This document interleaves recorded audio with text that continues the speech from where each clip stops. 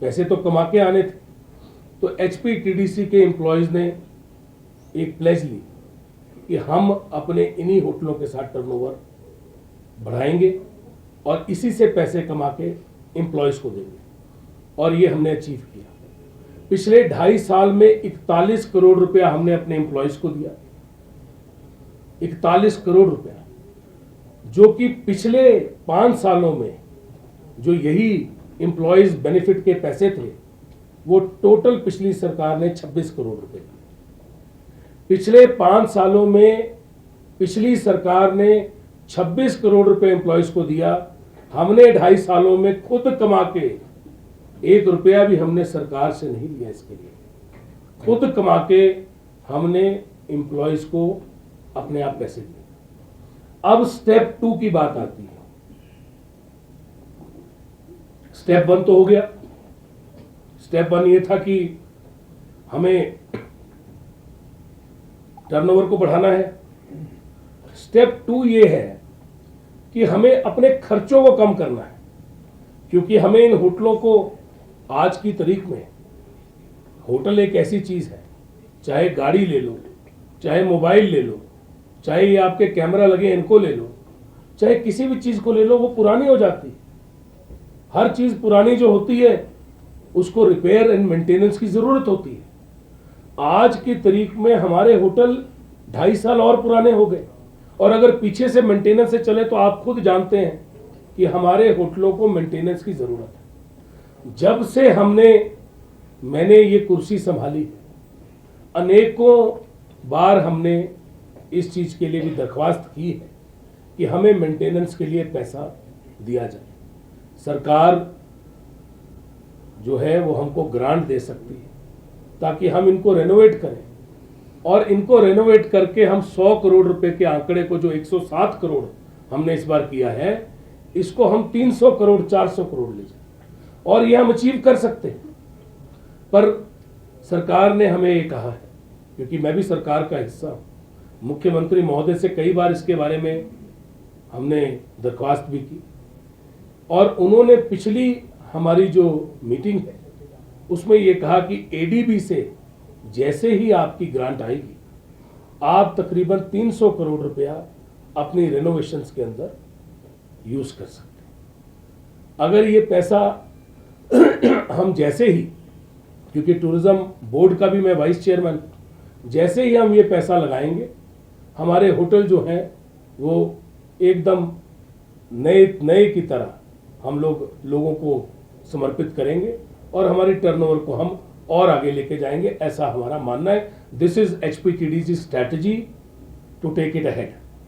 But second, जो मैंने आपको भाग बोला कि हमने टर्नओवर को तो बढ़ा दिया, इतिहास में जो कभी अचीव नहीं हुआ था वो अचीव कर लिया, अपने आप किया। 41 करोड़ रुपया भी वापस किया, एम्प्लॉयज को डीए भी दिया, एम्प्लॉयज को हर उसकी फैसिलिटी दी, तनख्वाह भी एम्प्लॉयज को 2.5 साल से हम बिल्कुल प्रॉपरली दे रहे हैं, अपने आप कमा के दे रहे हैं, अपने आप एचपीटीडीसी खुद अपने आप तनख्वाह से लेके एम्प्लॉयज के बेनिफिट से लेके हर चीज खुद कर रही, इन्हीं होटलों के साथ कर रही है जो हमको मिले थे।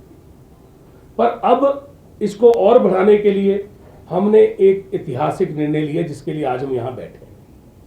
आज यहां पे फूड सिविल सप्लाईज के हमारे सीनियर आईएएस राजेश्वर गोयल जी बैठे हैं, और साथ में हमारे एमडी आईएएस राजीव कुमार जी बैठे हैं, जो एचपीटीडीसी के एमडी। आज हम एचपीटीडीसी और सिविल सप्लाईज के जो एमडी हैं और एचपीटीडीसी के जो एमडी हैं, वो एक पैक्ट करने जा रहे हैं। जब से मैंने ये कार्यभार संभाला, पहले दिन से मैंने एक टास्क दिया था अपने मैनेजिंग डायरेक्टर को और अपने विभाग को, और कई बार मीटिंगें की कि आप सीबीयू, सेंट्रल बाइंग यूनिट शुरू करो। मेरी प्रेस कॉन्फ्रेंस में भी, जो स्टार्टिंग की प्रेस कॉन्फ्रेंस आप देखिएगा, उसमें भी मैंने इसके बारे में कहा है, और कई बार मैंने मुख्यमंत्री महोदय से भी इसके बारे में चर्चा की, और वो बड़े उत्साहित थे इस बात से कि आप ये चीज़ करिए, और उन्होंने पूर्ण आशीर्वाद अपना इस बात पे भी हमारे को दिया कि आप आगे बढ़िए और इसको करिए। हमने निर्णय लिया है कि जो हमारी परचेज होती है तकरीबन 30 से 40 करोड़ रुपए की परचेज हमारी होती है इन टोटल। वो जो परचेज हमारी होती है उसको हम सेंट्रली बाइंग यूनिट, आज की डेट में ये होटल हमारे, जैसे आज हम बैठे हैं हॉलीडे होम में, ये अपनी परचेज करता है, पीटर हॉफ अपनी परचेज करता है, कुंजुम मनाली में अपनी परचेज करता है, चैल पैलेस अपनी परचेज करता है, धौलाधार अपनी परचेज करता है। हर कोई अपनी परचेज खुद करते हैं। मतलब ग्रोसरी से लेके करियाने से लेके हर चीज की परचेज जो है, चाहे हर चीज जो खरीदी जाती है, तकरीबन 30 से 40 करोड़ रुपए की परचेज जो है सालाना, वो एचपीटीडीसी के होटल जो है वो खुद करते हैं। हमने इसको सेंट्रली बाइंग यूनिट, मतलब इकट्ठा एक साथ परचेज का निर्णय लिया है, जिससे हमें लगता है, मेरा ये मानना था, ये मैंने जब सोचा और मैंने अपने एमडी साहब और जीएम साहब और सारी टीम जो है उनसे डिस्कस किया, तो मैंने इनको एक अपनी तरफ से जो मेरी सोच थी वो इनको बताई, और आज हम उस सोच को आगे ले जाने में कामयाब हुए। हमने निर्णय लिया है कि सिविल सप्लाई कॉरपोरेशन को हम अपनी परचेज का एक मेजर भाग देंगे। टू स्टार्ट विद तकरीबन 25 करोड़ की परचेज, 20 से 25 करोड़ की जो परचेज है वो एचपीटीडीसी की सिविल सप्लाई कॉरपोरेशन करेगा। और सिविल सप्लाई कॉरपोरेशन ये जो भी परचेज करेंगे, ग्रोसरी की करेंगे, लिनन की करेंगे, टॉयलेटरीज की करेंगे, मतलब जो हमारे पेपर नैपकिन से लेके, टिश्यू पेपर से लेके, साबुन से लेके हमारा जो सामान आता है, क्योंकि हमारा काम होटल चलाना है, हमारा काम परचेज करना नहीं है, ऐसा मेरा मानना है। मेरा मानना है कि हम अच्छी सर्विस दें, हम अच्छा लोगों को ट्रीट करें, हॉस्पिटैलिटी दें, हम परचेज में ना घुसें।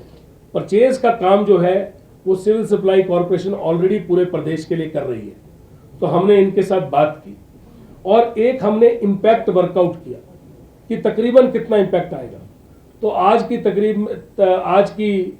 तारीख में जो हमारे को लग रहा है कि एक मेजर इम्पैक्ट आएगा। मैं इम्पैक्ट के बारे में तब कहूँगा जब इम्पैक्ट आ जाएगा।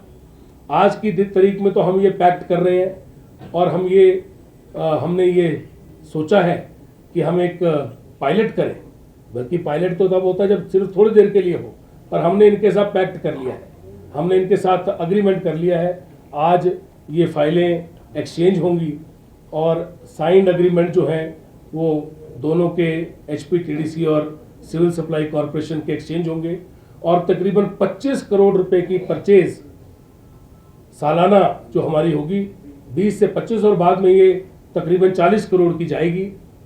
ये तकरीबन जो परचेज है ये सिविल सप्लाई कॉरपोरेशन इसकी शुरुआत कर रहा है।